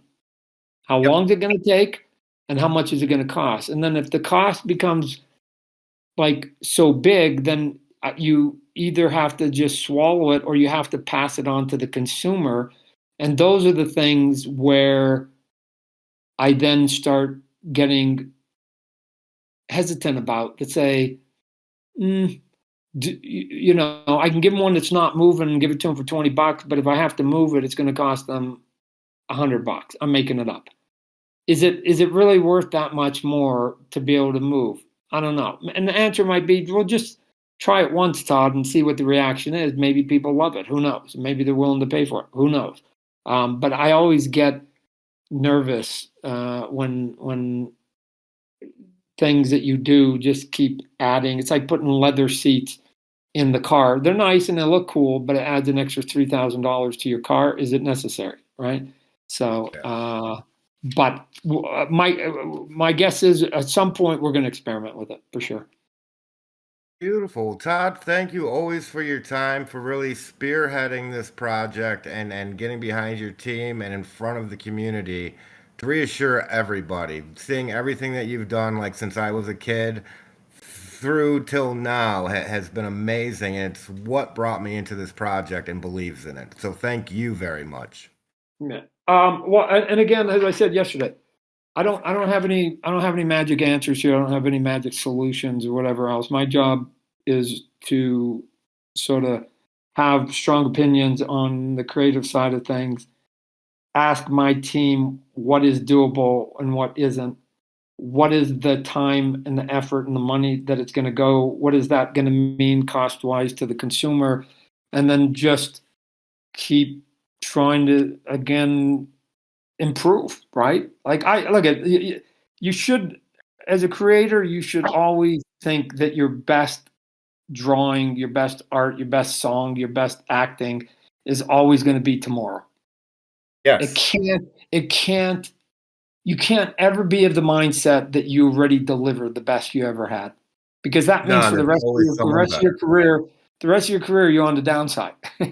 So you always have to be thinking you're ascending to a higher place on the mountain, because if you think you got to the peak 3 years ago and you go, oh man, when I did that, issue 144 Spawn, that was it. That was like, I'm never getting better than that, right? Then it's like you're supposed to say that everything else isn't as grand. So all of this, I don't care what it is I'm involved in. And especially because technology and the wants and needs of the consumers change too. You like, tomorrow's always interesting to me, because there's something we might be doing tomorrow that we weren't doing 5 years ago. I think that's the fun of all of this, right? And if we make more wrong decisions than right, then the great thing about consumers is that they vote with their dollars, right? They vote with their pocketbook. And they don't even have to open up their mouth. They just have to just stop supporting you. And you find out in a hurry that either you're not as good as you thought, or you're actually making bad decisions, or a combo thereof. So I'm well aware how all this works, and how you have to basically tread very carefully on all of it. And like I said, I gave you earlier my personal opinions, but I learned a long time ago as a CEO. Okay, Todd, good. I mean, in my mind, this may seem weird. There are multiple Todds at the table. There's Todd the artist. Todd, what do you got to say? And he's a crazy man. Todd the artist is a crazy man. And then at some point, Todd the CEO has to temper all of it and has to say, all right, I'm 60 years old. I've been down this path. I get it, Todd. You're a crazy creative person, but we have to do this in a sort of a meaningful, sophisticated manner, right? I can tell you, comic guy, and you probably know this, it was way funner when I was younger and I was reckless. because when I started my companies, it was just like, I was just like Yosemite Sam on the Looney Tunes. It was just pew, pew, pew, pew. You're just shooting it like you're just crazy. And it was fun, and everything was like, whatever I wanted to do, I'm going to do it. And then as time goes by, I can't do that. And here's why: because the company grows, and I have employees, and those employees are counting on being employed and getting steady checks, because why? They have families, and that money is meaningful to them. And so you get to the point where, when it was just me in a room drawing comic books, I could do whatever I want because it was just me. You have 80 to 120 people that are under your employ, then you have to be mindful of the whole, of everybody. And there are times when I want to do something personally as a creative person, but I know that it wouldn't necessarily be good for the health and the growth of my business. And I owe an obligation to these 100 employees who give me their hard earned hours Monday through Friday. I owe them as strong a company as I can to keep them employed, because they're giving me their loyalty. I got to give it back to them. I can't just be, Todd wants to do something, so to hell with everything else. And it's frustrating, because it was way cooler when it was just me in a room and I could do whatever I want. But that's just part of the maturing, and I was the one that started the company, so I got nobody to blame but myself, anyways. So. Thank you very much, Todd. I appreciate it. And from one small business owner to a corporate bigwig like you, thank you for all the inspiration throughout the years. All right, you be good. Go get back to your books. Thank you. Bye. All right. Crypto, thanks for your patience. Hello, can you hear me? Yes, we can. Good. It's a bit of a fanboy moment. Oh, But well, yeah, I think I've never seen a gorilla with the cool McDonald's bandana hat. So you look good, dude. So yeah, it's my fast food punk, another NFT, of course. yeah. Yeah, I think Comic Guy pretty much summed up my main sort of question. So you've been involved. So let me ask you then, Kurt, you've been involved with some of the stuff that we've done here. I'd be curious if there's an example of something that we did that you enjoyed, maybe even surprisingly, and then something that sort of may have disappointed you a little bit, because both of those are valuable in that when you do something that seems to work, you try to repeat the recipe, right? And when something doesn't work, you try to figure out why. You consider, again, to me, I call them potholes. And then you try to not drive over the same potholes all the time with your vehicle, right? Once you know there's a pothole in your road, you just veer away from it, right? and you stay away from it. So I don't know. I didn't. I saw that you had a couple comments the other day, and just curious to hear Yeah, some of the audience talk out loud. Like, no, there's no right or wrong, just talking out loud. no, yeah. I'd say like Comic Guy said about some of the communication. Sometimes it can be a little bit disjointed. So you say you have an announcement video, and then if you want to look at it again, you've got to watch the video again. You've got to find a little bit and stuff like that. So it's more, hindrance more than it's not really a massive issue. What would be, from your perspective, what would be a more efficient way of getting that information across? Because it's just getting the information across, right? Yeah, it's like Comic Guy said, like having the video and then having it written out afterwards. And I think Quasar mentioned about announcements. Sometimes, obviously announcements are always American time, which is great, but obviously I'm UK, so it's always trying to figure out, working out on Google and stuff like that. And I think he did say there is a feature in there that Discord can do it. So it doesn't seem like a necessary hindrance to do that sort of thing. I say issues-wise, I haven't seen many issues. I'm sort of just rolling along and seeing what happens.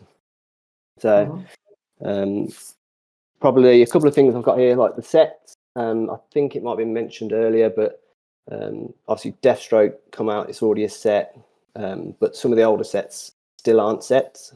So what's the thinking behind what becomes a set, what doesn't, and why isn't say the Berserker Dragons a set and Deathstroke is, and it's just a newer version, a newer product.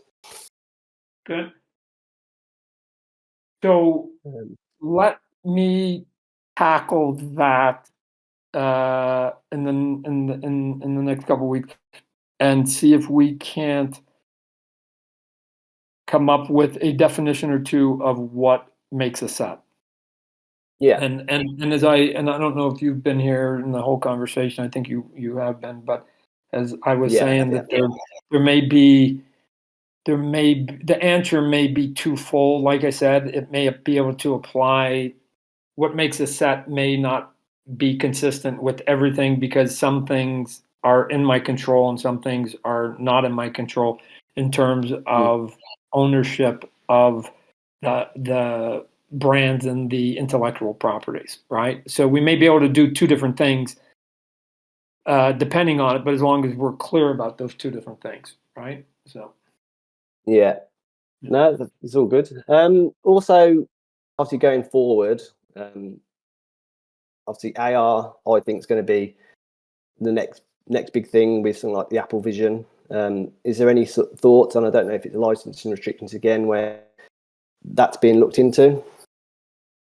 Yeah, here's sort of the way I sort of deal with things. Like, and again, and it's interesting. The comic book guys like going, Todd, you're a big corporation. What the world I see, I'm like minnow, right? And there's a lot of whales that are in the waters that I swim in, and actually that I deal with. So whenever new technology comes along or something is going to make an advancement, then that new technology, there's an education that has to come to the public to say, go away from the old way you were doing it and go into the new way. Here's how you do it. And again, it's part of that education, right? That education takes probably today, now globally, billions of dollars to get the message across and to teach people, right?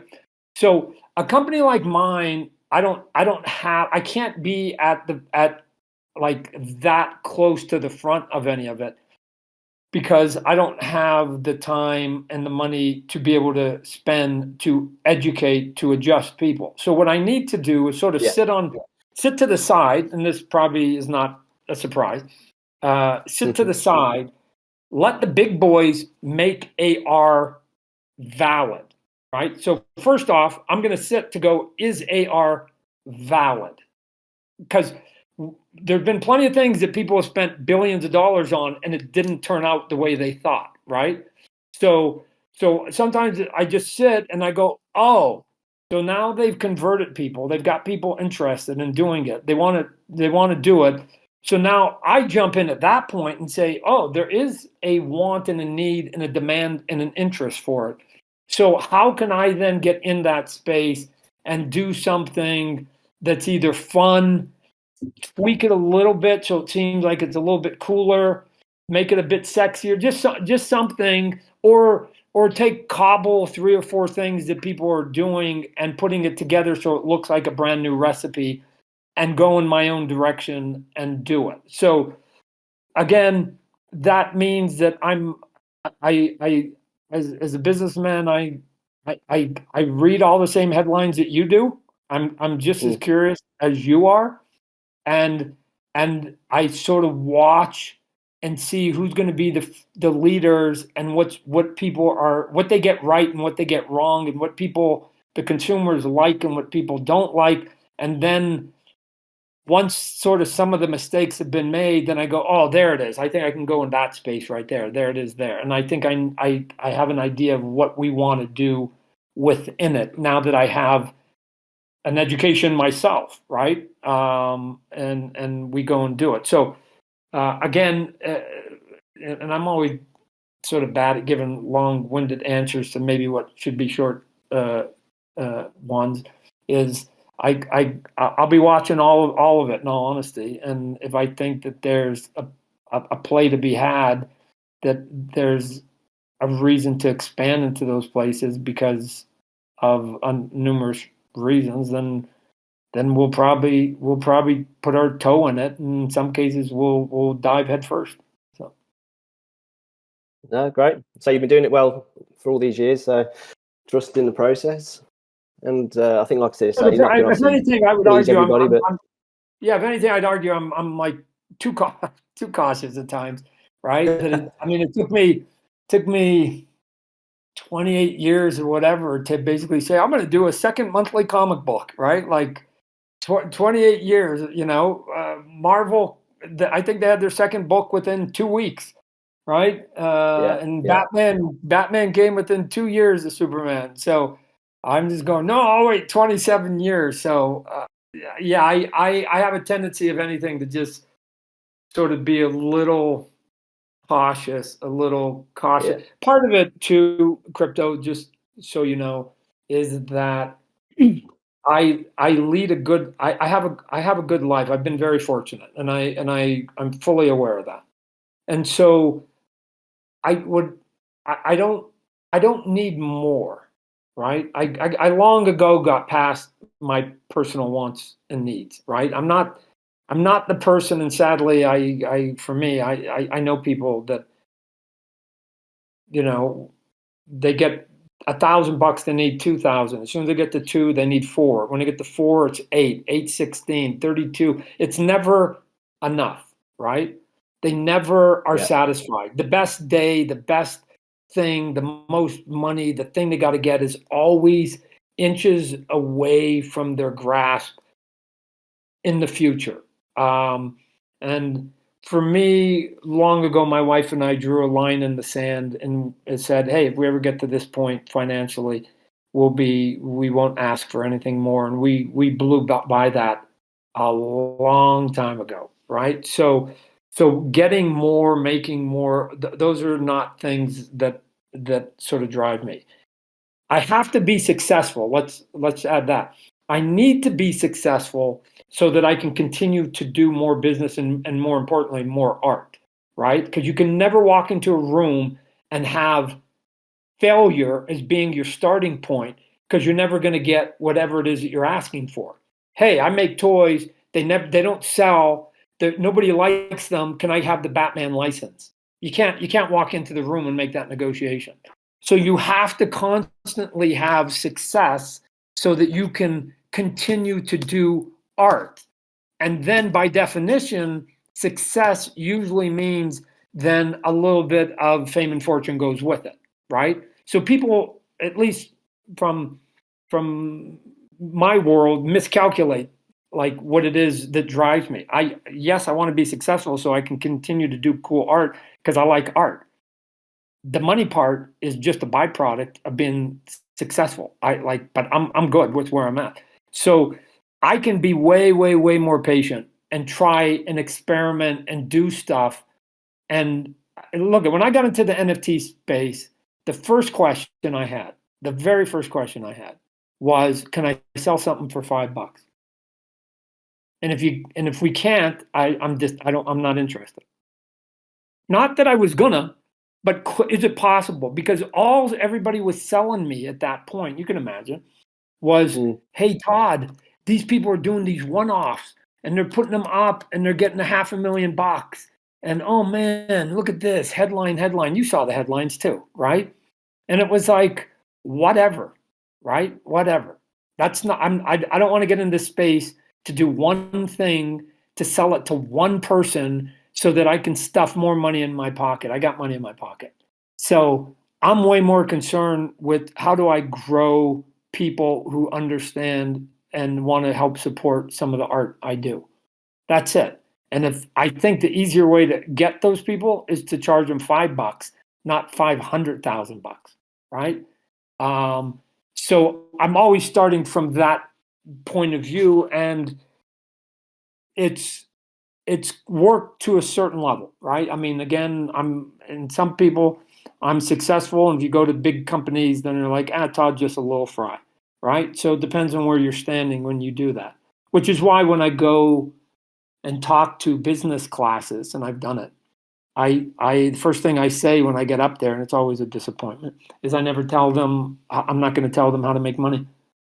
And I know it's a bummer. And the reason I don't is because I think that somebody else with a different brain than mine and different intelligence and skill sets may have taken the same choices I made and been a dismal failure, but somebody else might have made it 100 times bigger than I made it. So I don't want to limit people by saying, hey, here's how I did it. Because I think it's a limitation to say, hey, I hit a ball 500 feet. This is how I did it. Because somebody might be able to hit a baseball 800 feet. Cool. Why tell them how to hit it 500 feet? My encouragement is, just do the best you can and whatever else. So we're gonna look at all of it. Again, it's a long-winded way of saying I am just a curious student about all new technology and new efficiencies in the world, on a lot of different levels, even on the level of we need to be mindful if we get too efficient that we're not heading towards that movie Wall-E, where we just don't do anything, and we need little robots to help basically do everything for us. So, no, that's cool. But yeah, I think a lot of questions I sort of had have already been answered. So no, great. I'll pass it on to someone else. All right, thanks for jumping up. And if you're ever in the UK and you want a cup of tea, just give me a shout. I'll do it. You be good. Thanks for your hospitality. Cheers, Todd. Thank you. All right. Cosmo, what are you up to? Hey, Todd, can you hear me? Yeah. Hey, thanks for having me up, man. I appreciate it. And thanks for doing this today. It's always good to hear from you. Okay. I have a question. It's a little off topic. But I was wondering, would you ever consider doing, some cover artwork for independent comic author? Nope. You strictly for your own comics that you're working on. Yeah. So that was the shortest answer anybody got out of me all today. So and I'm gonna tell you why. It was an easy short answer. I'm very militant and been consistent with what I've done since I left Marvel Comic Books way back in December of 1991. We started a new company called Image Comics, and I vowed that I would, especially given that I helped start a company with my other founding brothers, that I would put all my efforts into our company. And unfortunately, as doing that, then everybody else, you have to put everybody else in the pool of being your competition, no matter how big or small. They're the competitors, because again, what we want to do is want to sell as many Image comic books as possible, and then personally, I want to sell as many Spawn comic books as possible. So along the way, I've had dozens and dozens and dozens of, to the point that they stopped phoning because they knew what the answer was. No, no, no. I'm the only one of the original founders that has not done a single page for anybody outside of Image unless it included Spawn. I basically go, if my guy, and even with that, I've only done it twice, right? I've only done it twice. One was called Spawn Batman, the other one was called Batman Spawn, and that's it. That's the sum total of what I've done outside of it. So have I gotten dozens of offers to do Venom cover? Sure I have. Why? I created Venom visually. So could I draw a cool Venom cover? Of course, I think. I mean, my ego says, of course you can, Todd. Would it be cool? Sure it could. But I can't do it, Cosmo, and here's why. Todd, the artist, could do it. And this is why I was saying, like, sometimes there's more than one Todd at the table. Todd, the artist, could do it. And does Todd, the artist, want to do it? Yeah. Oh, man, Venom. Be cool to draw Venom again. But I can't, and here's why I can't. Because I'm also the president of Image Comics.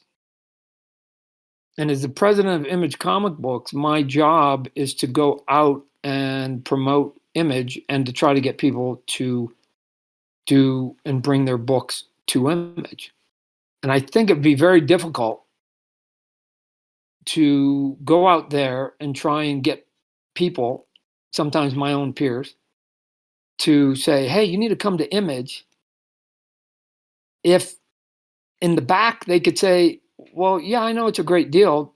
Image is great, but why are you doing stuff for Marvel and DC then, if it's so great, Todd? And I think it's a valid question. And so that one question, I will never put myself in that position to have to answer that question. Now, let me also say that stubbornness, that militant point of view, I'm the only one at Image over the years that has been that defiant of no, it's Image or nothing, unless you're going to put Spawn in it and I sign off and I have half say on all of it and I get half, like everything is half, right? 50-50. Like, again, that's just how this works, right? I get it. You got big characters, but if you want my character, it's 50-50 and we're equal partners and that's it. But I can't just do stuff for anybody outside of Image. I just can't. So, and I've been consistent since that December of 1991. I haven't stepped outside. Sort of like being married. I'm married to Image, and I'm not going to cheat. I'm not going to cheat on my girl. So, but. No, I can appreciate where you're coming from on that, especially from the business standpoint. I was appealing more to Todd the artist, to be honest with you. Oh no, Todd the artist answers yes all the time. What are you talking about? It's yes, and then the Jiminy Cricket Todd, the pragmatic, and the president. Yeah, he goes, whoa, Tex, easy now. So yeah. Well, anyway, thanks, man. I appreciate the response and the candidness that you shared. All right, we can go to Coney Islander, and then we'll end it. Maybe we'll sort of close it back up with Glossy. See if, since he's been listening, see if he's got any closing remarks. So, because it's been I think a couple hours here, so we'll let everybody get back to their day. So. All right, Coney, you're up. What's up, Todd? Yo, big fan of your work, big fan of your work hustle and all that.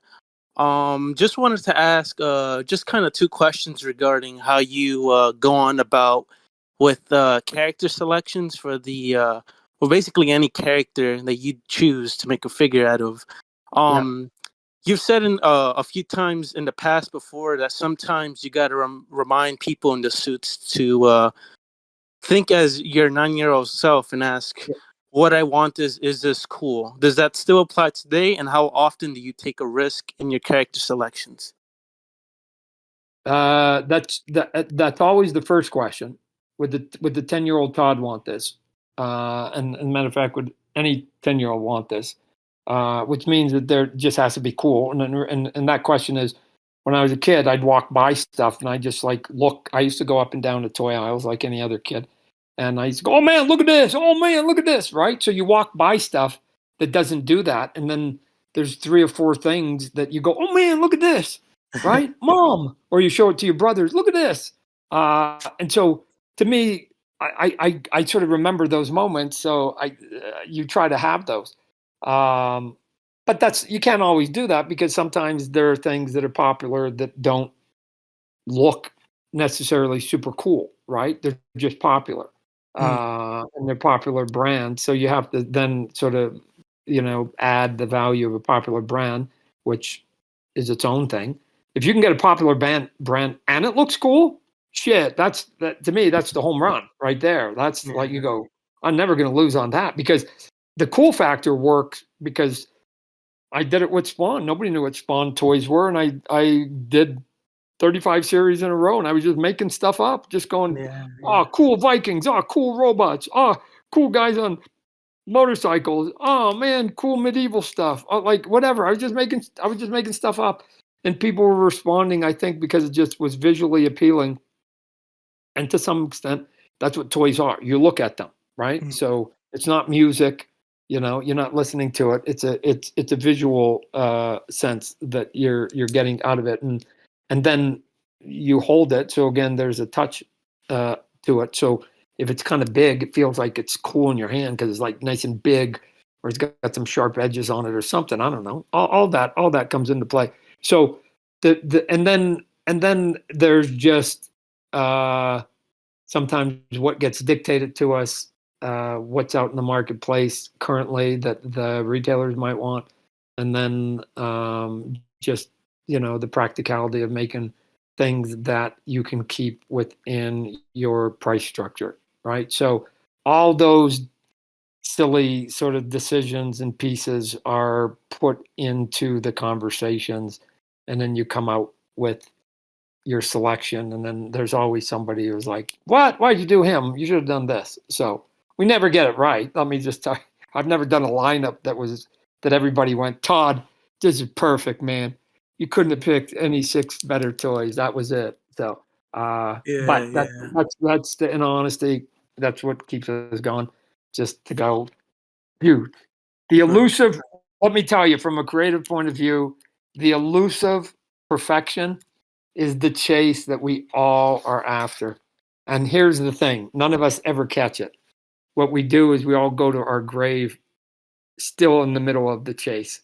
But that's okay, right? It gets us sort of riled up every day because today is going to be the day that we're going to do perfection, and then we find out that's not true, and then we do it for another day, and next thing you know, it's been decades, and next thing you know, it's been a lifetime. So, and then you die, right? And you go, oh shoot, didn't get it. The other part, the reason why creative people are neurotic, that's one piece. That's one reason because we're never going to get to our goal, and the other piece is because we have literally thousands of ideas spiraling in our heads every day, right? To the point that we get distracted.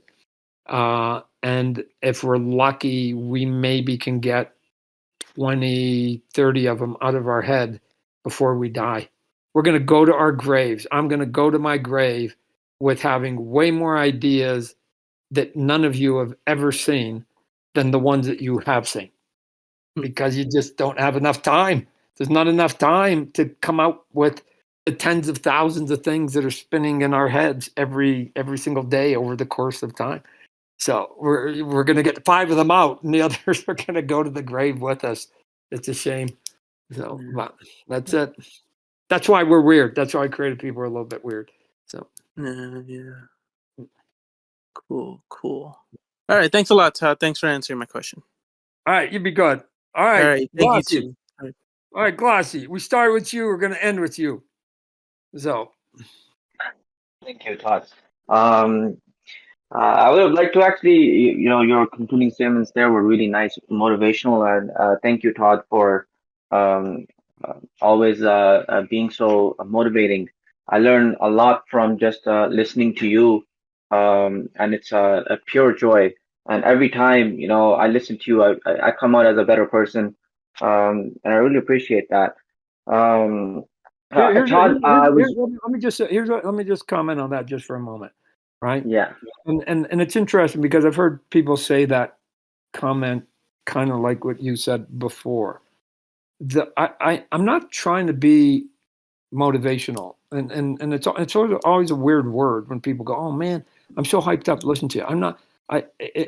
If that's what happened, fine. God bless it. What I'm doing at its core is just doing. And if I had any advice, really, this would be what I'm about to say: is that I'm just doing and telling you who Todd is, good, bad, or indifferent, right? Like warts and all, this is what I do, this is how I think, this is what I am, and that's who I am. And you can choose then to either like it, ignore it, or be somewhere in between it, right? But what I'm not going to do is change being Todd, right? I just because I only get to control one person, me, and so I'm just going to live my life as to the fullest that I possibly can, which is I'm not going to worry too much about what others think about my actions because they're my actions. It's my life, right? I'm going to do it. You can accept it. You live your life, and I'll accept or not what you're doing, but I'm not going to sit there and judge you for basically you being you. So it's like, it's your body, your thought, your brain, your life. Knock yourself out. You don't owe me one explanation as to why you do anything.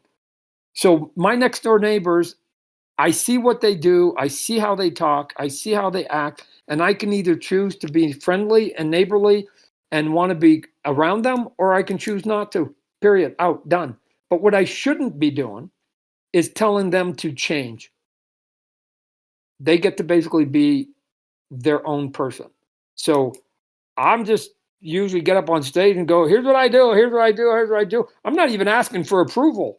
I don't, to some extent, when I'm in front of an audience, I like if you like what I just said or if you dislike it, I'm not going to really change. I'm just telling you the honest truth. This is who I am. I would encourage people to, but it's also a personality trait. I understand as I've gotten older. Like there's just certain personalities. I have a personality that I'm okay with me. I like me. I mean, look at nobody likes Todd more than me. I love Todd, right? So so if everybody hates me, it's still a good day because at the end of the day, I still like me because I'm not worried about like what everybody else has to say to me. Maybe my wife. I'll add my wife. My wife doesn't like me. It's a bad day.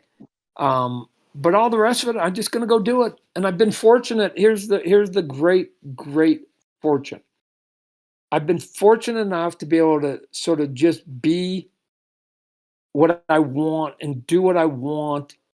And people have supported that because there's plenty of people I understand that try to be what they want and they don't get the support. And that's got to be very tough. And I understand that. I've been fortunate. So it's maybe way easier. And I'm being a cavalier that I can continue to just be my personality because I've had so much support behind it. But I don't know. I see every day of my life people give power to others, and especially to strangers, And I just can't. I won't do that.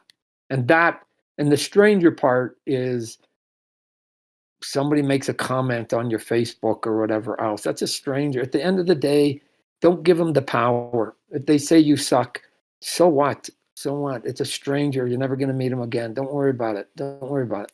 Right? Like, but if you get worked up over that. You're giving calories, you're giving personal energy to somebody that you will probably never meet in your life. Like, come on. And even if they do, even if it's a family member, look at, I'll give you a silly story here. I dated my wife. I started dating her when she was 13. She was pretty young. She's 13, I'm 16. We were young kids. And her dad, as you can imagine, at 13, disliked me. He disliked me. Why? Because she was 13 and I was an older guy. She was in junior high school. I was in high school. And do you know how many times he kicked me out of his house? A lot. And then the next day I would come back and I'd knock on the door and I go ding dong. And then the dad would answer. I go, hey, is Wanda here? Which was my girlfriend, eventually my wife. Is Wanda here? And he'd look at me and then he'd just like out of disbelief a little bit. And then he'd say, didn't I kick you out of my house, son? And then I go, yeah, but that was yesterday. Am I still kicked out today? Like, this is how unconcerned I was even about her dad. Because it was like, oh, no, you kicked me out yesterday. Today's a whole new day. I'm erasing the board. Let's go and let's do it. Now, fast forward. Been married to my wife for decades. That same man who kicked me out of the house came around. He ended up liking me. Probably even would say that he grew to love me. He gets brain cancer and he's dying. And I have him out on a porch one day. And I'm scraping the sidewalks for him because there was a lot of snow. And then he's about a week away from dying. And he looks at me and he says, Todd, I just want to say, I want to apologize to you. And I'm like, what? For what? He goes, I treated you like shit for 5 years, probably about 5 years before I finally accepted you. And it was unfair. And I just want to say that because he knew he was dying. My answer to him was, his name was Morley. Morley, don't worry about it, dude. I didn't ever give a shit. You're way too worked up over something I didn't give a shit about. You could have kicked me out of the house every single day for 5 years. And guess what, Morley? I didn't give a shit. I didn't give a shit what you said. I didn't give a shit what your wife said. I didn't give a shit what my dad said, what my brother said, or what my friend said. I wasn't fucking dating any of you. I was dating Wanda. There was only one person that I cared and I was going to give any weight to. And that was the day that Wanda said, Todd, go away. I'd listen to that because that was a girl I was trying to date. The rest of you, shit. I wasn't dating you. I wasn't going to marry you. What are you talking about? I wasn't going to kiss you.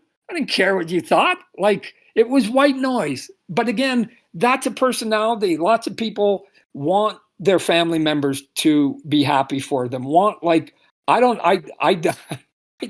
didn't care. If they did, they did. If they did, if they all liked me, I wasn't going to love Wanda 1 ounce more. And if they all hated me, I wasn't going to love Wanda 1 ounce less. My love for my wife was not predicated on any other human being. That's how myopic. And that mindset at times goes into my artwork and my businesses and whatever else, right? I'm doing this. I'm going to continue to do this because I like doing this. And the rest of the world can either choose to support it or not. But what I'm not going to do is get worked up one way or the other of whether you love it or you dislike it. So I don't know if that's inspirational. Some people find if that seems egotistical to others, fine. I'm just saying that's Todd. That's all I got. That's all I got for you. I can only tell you who Todd is. I can't tell you anybody else, not even my own wife. So, but that's it. So I am thankful. I'm thankful that I've had support being Todd. because I know that that isn't true for everybody else. So I know I'm fortunate. So. Todd, I think this is exactly the reason why your words touch the heart for myself, and I know for many others as well. I think this is the exact reason. Uh, we did discuss the XP system and whatnot, but Todd, in the Discord, you're probably aware I've been having a lot of discourse with other users, debate. Sometimes it gets heated, Yep. sometimes it gets emotional. But I did want to say that my frustrations and my way of expressing really it does come from the love that I have for the platform, right? And for the McFarlane platform, and if I see from my experience and knowledge that we may not be heading in the right direction. I make it known so that I can try to help in my own way. Decisions and everything, is obviously up to you because I've seen certain patterns in other competition, and I've seen the result there. And so I don't want McFarlane platform to make those same mistakes.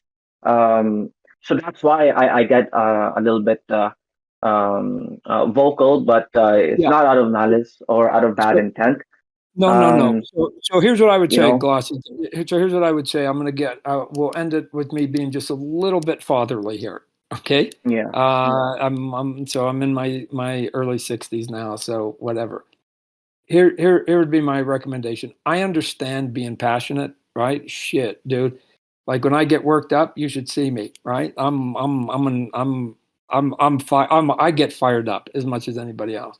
But I've also learned that at times when you are fired up, that you have to just be just a little bit adult enough to just go count to 10. It was the old rule my mom and dad taught us, and I still think it's true today. Just count to 10, let it just dissipate just a bit, and then say the exact same thing with just a little bit less passion in it, right? And fortunately or unfortunately, depending on your perspective, the internet allows us to immediately allow our emotions to get across, right? And I'm going to age myself, Glossy, but here's how it used to work when I was younger, and you got passionate, or we're even moving a couple of degrees, and we say you got pissed off. If you got pissed off, it used to go like this: that fucker, get me a piece of paper. Get me a piece of paper. And you start running around the house looking for a piece of paper. And then you're looking through all the drawers. And you're like, honey, where's the paper? I thought we had paper. It's in the bottom drawer. I looked in the bottom drawer. Oh, yeah, okay, never mind, I found it. Got it. Okay, good. Where's the pens? Where's the pen? And then you finally get the pen. And then you sit down, and now you got to compose your letter. Dear son of a bitch, you are a son of a bitch. And then you're like, okay, fuck, I told that son of a bitch. Okay, but now, honey, where's the stamps? Because now I got to fucking put that letter in an envelope, and I got to lick it, and I got to put the stamp, and then I got to get in a car, and then I got to drive to the post office, then I got to put it in the fucking mail, and then I got to go home, and then got to wait 3 weeks. I got to hope that he read it. And by the time I get a response back, you know how hard it is to be angry for 3 weeks in a row. So we were forced by the inefficiencies of counting to 10 through no fault but the system. But now, now you go shit. You can say son of a bitch within 1 second of being angry. And so, given that that's true, because the internet's here, I just caution everybody to just get the better part of yourself and just go, okay, am I saying something here that I would be proud of 10 years from now, or my mom reading? If my mom read what I'm about to write, would I be proud of it? And if the answer is no, then just give yourself 10, 20 seconds, cool off, and say the exact same thing in an adult fashion. That's it. So I don't care. I've always been open to listen to the opposite and people being passionate about having an opinion. I just think that it's respectful that you just do it in a way that isn't childish. I mean, I don't, for lack of a better word, that's it. So that's okay. I like it. I like talking to people. I like debating with people. So I don't have the answers. I got to tell you, I don't have all the answers.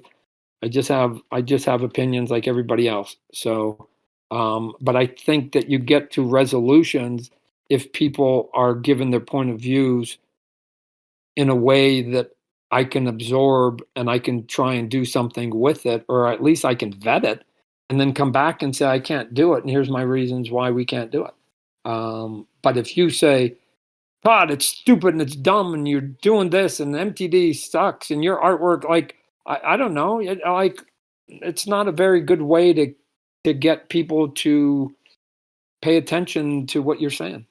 So that's it. But I'm an old man, and I just have learned to temper even my own emotions. I usually go into the bathroom, yell, and then come out and then say what I want to say. So Appreciate that, Todd. all right, we will let everybody get back to their normal lives. We'll do this again in the future here, but again, if we have any, Ric Flair, crypto, man, that guy's everywhere. We'll sort of do this again and see how it goes. But I appreciate everybody in the audience listening for as long as it was. It was a little bit long-winded, but thanks for your support. Let us know when you think something worked and when something didn't work. So here we go. Go D-backs. So. All right. Well, thanks. All right. Thanks everybody. Enjoy yourself. Thanks, Todd, for taking the time. Thanks, everybody, for showing up. And we'll talk to you later.